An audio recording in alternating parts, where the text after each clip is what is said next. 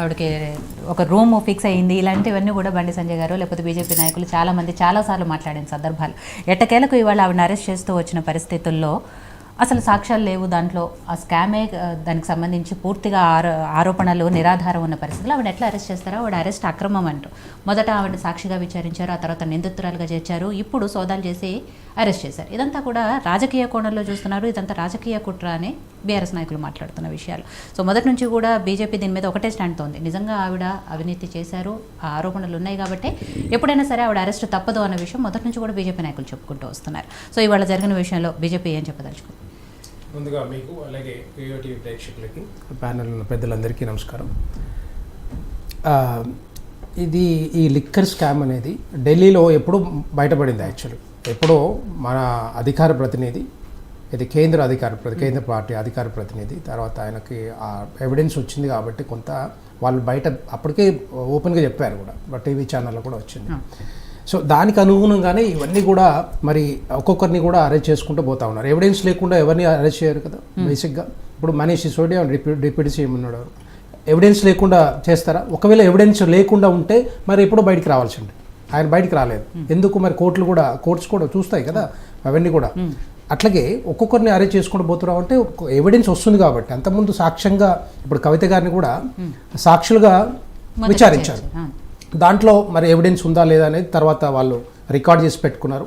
తర్వాత వాళ్ళ ఫోన్లు ధ్వంసం చేసిన ఫోన్లు కానీ మిగతాయి కానీ వాళ్ళని సీజ్ చేశారు, తీసుకున్నారు. అవన్నీ కూడా మరి సాక్ష్యాలు కాకుండా మరి దాంట్లో ఎవిడెన్స్ ఏమైనా దొరుకుద్దనే ఒక ఆలోచనతో తీసుకుని ఉంటారు. సో అదేవిధంగా మిగతా వాళ్ళని విచారిస్తే కొంత ఇన్ఫర్మేషన్ బయటకు వచ్చింది కాబట్టే మరి ఇప్పుడు మరి ఈడీ కూడా మనీ లాండరింగ్ ఏమైనా జరిగిందా దీంట్లో అనే ఆలోచనతో ఈరోజు సర్చ్ వారెంట్తో వచ్చి అరెస్ట్ చేసి ఉంటారు. సో ఇది బేసిక్గా ఏంటంటే ఇది భారతీయ జనతా పార్టీ చేయించేది కాదు చెప్పాలంటే. భారతీయ జనతా పార్టీకి సంబంధం ఏముండదు. ఈడీ కానీ సిబిఐ కానీ అవి రెండు కూడా సో వాళ్ళ పనులు వాళ్ళు చేసుకుంటారు బేసిక్గా. ఎక్కడైతే ఎవిడెన్స్ దొరుకుతుందో, ఎక్కడైతే సమాచారం ఉందో, మనీ లాండరింగ్ జరుగుతూ ఉందో దాన్ని బట్టి వాళ్ళు మూవ్ అవుతారు బేసిక్గా. సో భారతీయ జనతా పార్టీకి సంబంధం లేదు. ఇది Bharatiya Janata party BJP BRS అని ఒక నినాదాన్ని తీసుకొచ్చి కాంగ్రెస్ మన ఎన్నికల్లో లబ్ధి పొందింది. ఇది కరెక్ట్ కాదు చెప్పాలంటే. అట్లాంటి మీరు అన్నట్టుగా ఇంతకుముందు అడిగినట్టుగా మరి ముందే చేయొచ్చు కదా.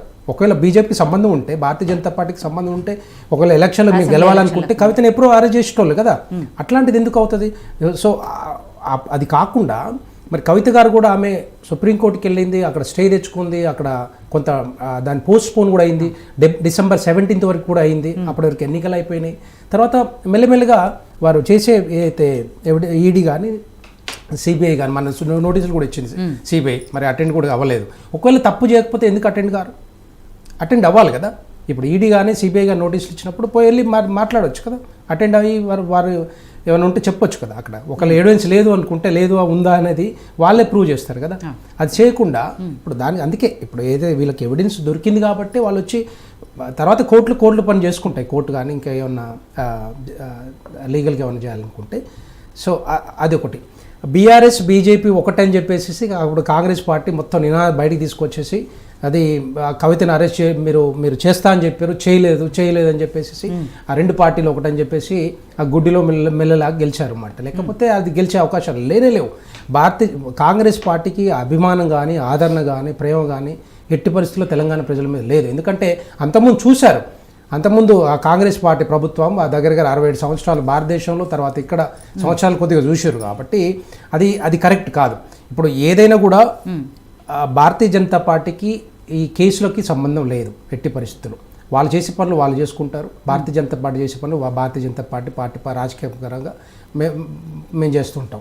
సో దానికి ఇప్పుడు ఇంకా కొంతమంది చాలామంది అరెస్ట్ అయ్యారు చెప్పాలంటే. ఇప్పుడు మనీష్ సిసోడియా లాంటి వాళ్ళు ఎన్నో మరి దగ్గర చాలా నెల నుంచి వారు జైల్లో ఉన్నారు. సో వారితో పాటుగా మిగతా వాళ్ళు కూడా ఎవరైతే మరి ఎవిడెన్స్ దొరికిందో వాళ్ళందరినీ కూడా లోపలేసిన పరిస్థితి కనపడింది. సో ఇప్పుడు బీఆర్ఎస్కి బీజేపీకి సంబంధం లేదు.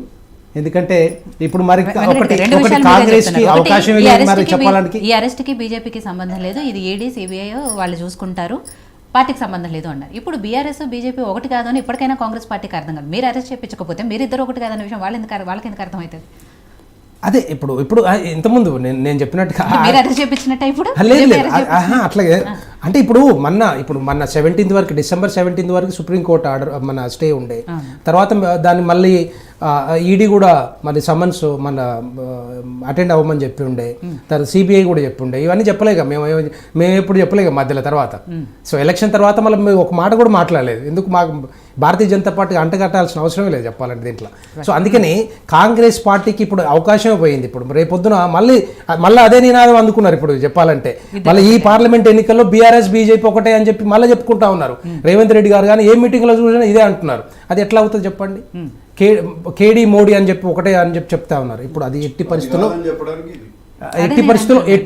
అట్లే కాదు ఇది వాళ్ళ పని వాళ్ళు చేసుకుంటారు ఈడీ కానీ సిబిఐ కానీ వాళ్ళ పని చేసుకుంటారు నేననేది ఏంటంటే ఇప్పుడు ఇది మీరు అన్న తర్వాతనే నేను చెప్తా ఉన్నాను దీని గురించి ఈడీ వాళ్ళ పని వాళ్ళు చేసుకుంటే పోతే అది మీకు ఎందుకు కలిసి వచ్చిందో నాకు అర్థం కావట్లేదు మాకెందుకు కలిసి వస్తుందంటే ఇప్పుడు మాకు కలిసి రావడం కాదు మిగతా పార్టీలకి అవకాశం ఇది లేదు అని చెప్పి చెప్తున్నాం అవకాశం మళ్ళీ ఇప్పుడు రేపు కవితను అరెస్ట్ చేయట్లేదు మీరు ఎప్పుడో చెప్పారు కవితను అరెస్ట్ చేస్తారని చెప్పి అది కావట్లేదంటే ఇప్పుడు ఇక వాళ్ళు కనపడుతుంది కదా ఇక మేము చెప్పాల్సిన అక్కర్లేదు అది క్లియర్ కనపడతా ఉంది టీవీలల్లో సో నాగేష్ నాయక్ గారు సో వెంకటరెడ్డి గారు అన్నట్టు ఎలక్షన్లకు ముందు లేదా నిన్నటి వరకు కూడా బీఆర్ఎస్ బీజేపీ ఒకటే కాబట్టే కవిత లిక్కర్ స్కామ్ విషయంలో అవినీతికి సంబంధించిన ఆరోపణల్లో ఆధారాలున్నా కూడా అరెస్ట్ చేయట్లేదు అని చెప్పి మాట్లాడిన కాంగ్రెస్ పార్టీ ఇవాళ అరెస్ట్ జరిగింది కాబట్టి ఏం చెప్తుంది అనేది ఇప్పటికైనా మేమిద్దరం ఒకటి కాదు అని అర్థమవుతుంది